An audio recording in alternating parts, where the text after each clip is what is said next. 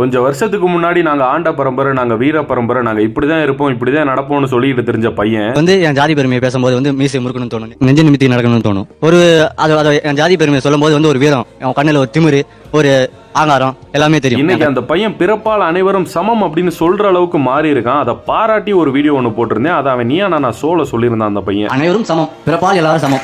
அந்த வீடியோல ஒரு சில கமெண்ட்டுகள் பார்த்தேன். அதாவது இவன் வந்து நான் ஆண்ட பரம்பரை, நாங்க இப்படிதான் இருப்போம், இப்படிதான் நடப்போம், நாங்க வீர பரம்பரை, ராஜ பரம்பரைன்னு சொன்னதுக்கு நிறைய விமர்சனங்களும் நிறைய ட்ரோலும் வந்துச்சு இல்லையா? அதை சரி கட்டுறதுக்காண்டி இந்த மாதிரி பேசி டேமேஜ் கண்ட்ரோல் பண்ணிட்டு இருக்கான் அப்படின்ற மாதிரி ஒரு சில கமெண்ட்டுகள் இருந்து. ஆக்சுவலா நீயா நான் ஷோ பார்க்கும்போது அந்த பையன் வந்து இந்த டேமேஜ் கண்ட்ரோலுக்காக இல்ல இதுக்கப்புறம் நம்ம இப்படி பேசிட்டோம்னா நம்மள புகழ்ந்து பேசுவாங்க, நம்மளுக்கும் வீடியோ எல்லாம் போடுவாங்க அப்படின்றதுக்காண்டியோ இந்த பையன் பேசின மாதிரி எனக்கு தெரியும். எனக்கு என்னமோ அந்த ஷோவை பார்க்கும்போது உண்மையிலே இந்த பையன் பட்டு திருந்து ஜாதி பெருமை, ஜாதி வெறியெல்லாம் பேசி தெரிஞ்சோம்னா சல்லி பிசாக்கு பிரயோஜனம் இல்லைன்னு உணர்ந்து பேசின மாதிரி தான் தெரிஞ்சு. அதுக்கு உதாரணமா ரீசெண்டா அந்த பையன் பேட்டி ஒண்ணு கொடுத்திருந்தா. ஐயோ அந்த பையனோட பேர் சொல்ல மறந்துட்டேன், இவர் பேரு தினகர். அந்த பேட்டியில சில விஷயங்கள் இந்த பையன் ஓபனா பேசியிருப்பாப்ல, நீங்களும் கேளுங்க, நான் அதுக்கப்புறம் எக்ஸ்பிளைன் பண்றேன். கண்டிப்பா 100% உண்மைதான். அதுதான்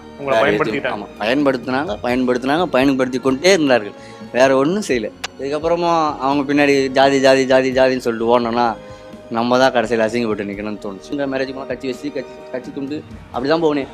அப்போ ஒருத்தவங்க பார்த்தாங்க அப்படி ஒரு மாதிரியா மேலே எங்கேயும் அப்படியே கீழேருந்து மேலே வரணும் பார்த்தாங்க. பார்த்தீங்களா அந்த பையன் ஓப்பனா சொல்லிட்டு ஜாதியை வச்சு ஒரு கட்சியை வச்சுட்டு எங்களை பயன்படுத்திக்கிட்டே இருந்தாங்க, இப்போ வர பயன்படுத்திக்கிட்டு தான் இருக்காங்க. பையன் எந்த ஜாதி எந்த கட்சியெல்லாம் மென்ஷன் பண்ணல. யாருக்காவது தெரிஞ்சிருந்தா கமெண்ட்லாம் சொல்லிடாதீங்க.